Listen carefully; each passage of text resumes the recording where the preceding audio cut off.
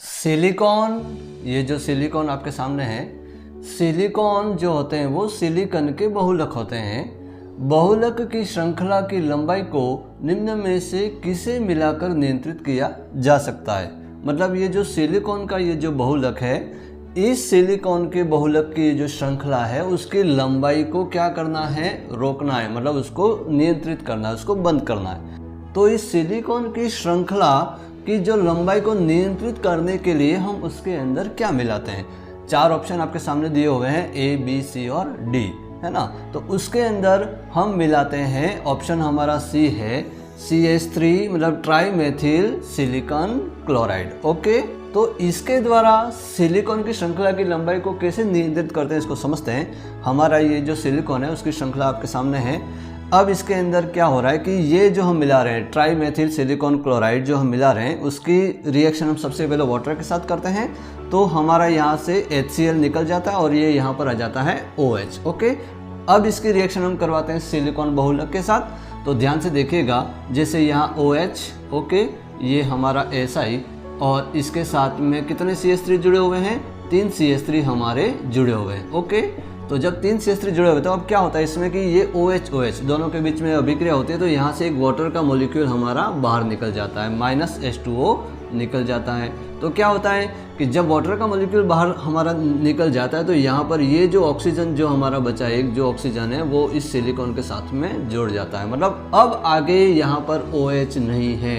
तो जब OH आगे नहीं है मतलब ये जो सिलिकॉन की श्रृंखला की जो लंबाई है वो क्या हो जाती है, नियंत्रित हो जाती है। अब आगे उसकी लंबाई बढ़ती नहीं है। तो इस तरीके से ट्राई मेथिल सिलिकॉन क्लोराइड का जो यूज़ है वो सिलिकॉन जो होते हैं उसकी श्रृंखला की लंबाई को रोकने के लिए किया जाता है। ओके, आगे बढ़ते हैं नेक्स्ट क्वेश्चन के अंदर। अत्यधिक प्रयोग में लिया जाने वाला अपचायक है ना। आपके सामने ये ABCD के अंदर SnCl2, SnCl4, PbCl2 और AlCl3 ये 4 जो यौगिक दिए हुए हैं उसमें से हमें क्या बताना है कि ऐसा अपचायक जिसका प्रयोग क्या होता है, बहुत ही ज़्यादा होता है। ओके, तो अपचायक का मतलब क्या है कि वो दूसरे को क्या करता है, अपचयित करता है और वो खुद क्या हो जाता है, ऑक्सीकृत हो जाता है। इसका मतलब ये हुआ कि इसमें से कौन सा यौगिक ऐसा है जो सबसे ज़्यादा ऑक्सीकृत होता है और वो दूसरे को क्या करता है, अपचयित करता है। ओके, देखते हैं ध्यान से। यहाँ पर सबसे पहला हमारा SnCl2, तो SnCl2 हमारा होता है जिसमें Sn है वो Sn2+ के रूप में होता है। ओके, तो ये Sn2+ होता है वो हमारा रिएक्शन के अंदर जब इसकी रिएक्शन किसी और के साथ में करवाते हैं तो ये हमारा Sn4+ के अंदर चेंज होता है। मतलब ये स्वयं क्या हो रहा है, ऑक्सीकृत हो रहा है और जो दूसरा जो रिएजेंट है उसको क्या करता है, अपचयित करता है। मतलब ये यहाँ पर Sn2+ है वो Sn4 में चेंज होता है। मतलब ये हमारा अपचयक के रूप में इसका यूज़ होता है। ये बात तो क्लियर होगी। यहाँ पर हमारा SnCl4 है तो SnCl4 के अंदर पहले से Sn4+ है ना।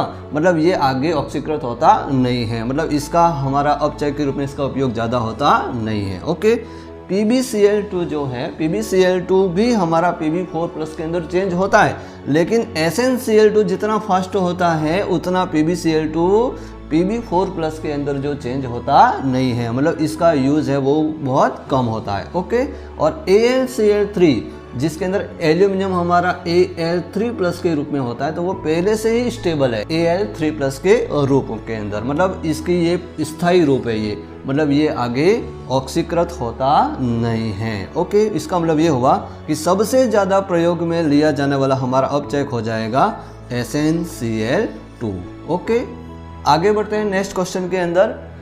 किसी निर्दिष्ट ताप एवं वायुमंडलीय दाब पर किसी पदार्थ की ठोस एवं द्रव प्रावस्थाएं साम्य पर हो सकती हैं तो इस ताप को कहा जा सकता है। मतलब इस टेम्परेचर को क्या कहते हैं, किसी निर्दिष्ट ताप मतलब टेम्परेचर जो है उसके ऊपर और वायुमंडलीय दाब, प्रेशर हमारा किसके बराबर है, वायुमंडलीय दाब के बराबर है, पर किसी पदार्थ की ठोस प्रावस्था, एक तो कौन सी प्रावस्था, ठोस प्रावस्था, दूसरी कौन सी प्रावस्था, द्रव प्रावस्था। ओके, दोनों क्या है, साम्य पर हो सकती है। मतलब दोनों एक दूसरे पर क्या है, साम्य पर है। तो इस ताप को हम क्या कहते हैं, मतलब जिस कंडीशन के अंदर ठोस और द्रव दोनों प्रावस्थाएं यदि साम्य अवस्था पर हैं तो उस समय का जो टेम्परेचर है वो हमारा क्या कहलाता है। तो ध्यान से देखिएगा कि जब ठोस यदि द्रव में चेंज होता है, मतलब वो जो ठोस है वो द्रव में चेंज हो रहा है, मतलब वो पिघल रहा है, तो इस कंडीशन के अंदर जब दोनों साम्य अवस्था पर होते हैं तो उसको हम क्या कहते हैं, गलनांक कहते हैं। मतलब जो ठोस है वो जब द्रव में चेंज होता है जिस टेम्परेचर के ऊपर, उस समय ठोस और द्रव दोनों साम्य अवस्था में रहते हैं तो उसको हम क्या कहते हैं, गलनांक कहते हैं। और दूसरा, जब यदि द्रव यदि ठोस में चेंज हो रहा हो तो उसको हम क्या कहते हैं, उसी कंडीशन के अंदर कि द्रव है वो ठोस में चेंज हो रहा है और उसके दोनों साम्य अवस्था में हो तो उसको हम कहते हैं हिमांक कहते हैं। मतलब यहाँ पर ये जब ठोस और द्रव दोनों जिस टेम्परेचर पर साम्य अवस्था में होते हैं तो वो हमारा गलनांक भी हो सकता है और वो हमारा हिमांक भी हो सकता है। मतलब हमारा ऑप्शन गलनांक एवं हिमांक दोनों, ये ऑप्शन हमारा क्या हो जाएगा, सही हो जाएगा। क्वथनांक हमारा आंसर सही होने वाला नहीं है। ओके, उसके बाद आगे बढ़ते हैं नेक्स्ट क्वेश्चन के अंदर। किसी रासायनिक तंत्र के साम्यावस्था में होने पर निम्न में से क्या समान होंगे, है ना। यहाँ पर इस क्वेश्चन के अंदर कोई साम्यावस्था है जिसके अंदर एक हमारा होता है क्रिया कारक। ओके, एक तो क्रिया कारक है और दूसरा हमारा क्या है, उत्पाद। ये दोनों जो है वो कौन सी अवस्था में होते हैं, साम्य अवस्था में। मतलब क्रिया कारक जितना उत्पाद में चेंज हो रहा है उतना ही उत्पाद वापस क्रिया कारक में चेंज हो रहा है। तो यहाँ पर हमें ये देखना है कि साम्य अवस्था वाली कंडीशन के अंदर क्या समान होंगे। ये जो ऑप्शन आपके सामने दिए हुए हैं उसमें से क्या क्या समान होंगे वो देखना है। तो क्रिया कारक और उत्पादों की सांद्रता समान होगी तो हमारे जो भी हमारी साम्य अवस्था होती है उसके अंदर क्या होता है मैं आपको बता देता हूँ। क्रिया कारक जितना उत्पाद में चेंज हो रहा है, मतलब अग्र अभिक्रिया का वेग है ना, RF। ओके, और उत्पाद वापस किस में चेंज होता है, क्रिया कारक के अंदर, तो उसको हम कहते हैं RB। मतलब ये तो हो गया अग्र अभिक्रिया और ये हो गई पश्च अभिक्रिया। तो RF क्या है, अग्र अभिक्रिया का वेग, और RB क्या है, पश्च अभिक्रिया का वेग। तो साम्य अवस्था के अंदर क्या होता है कि RF = RB, मतलब अग्र अभिक्रिया का वेग और पश्च अभिक्रिया के वेग क्या होते हैं, समान होते हैं। तो ही वो अभिक्रिया हमारी किस में होती है, साम्य अवस्था में होती है। इसका मतलब ये हुआ कि साम्य अवस्था के लिए क्रिया कारक और उत्पादों की सांद्रता का समान होना जरूरी नहीं है। साम्य अवस्था के लिए दोनों अभिक्रिया के वेग का समान होना जरूरी है। दोनों की जो सांद्रताएं होती है वो समान नहीं होती है। दोनों अभिक्रियाओं के वेग समान होते हैं, सांद्रताएं समान होती नहीं है। मतलब ये ऑप्शन हमारा गलत हो गया। दूसरा ऑप्शन हमारा है कि अग्र अभिक्रिया और प्रतिब अभिक्रिया, है ना, जिसको पश्च अभिक्रिया कहते हैं। ओके, तो प्रतिब अभिक्रिया, दोनों अभिक्रियाओं की दरें क्या होती हैं, समान होती है।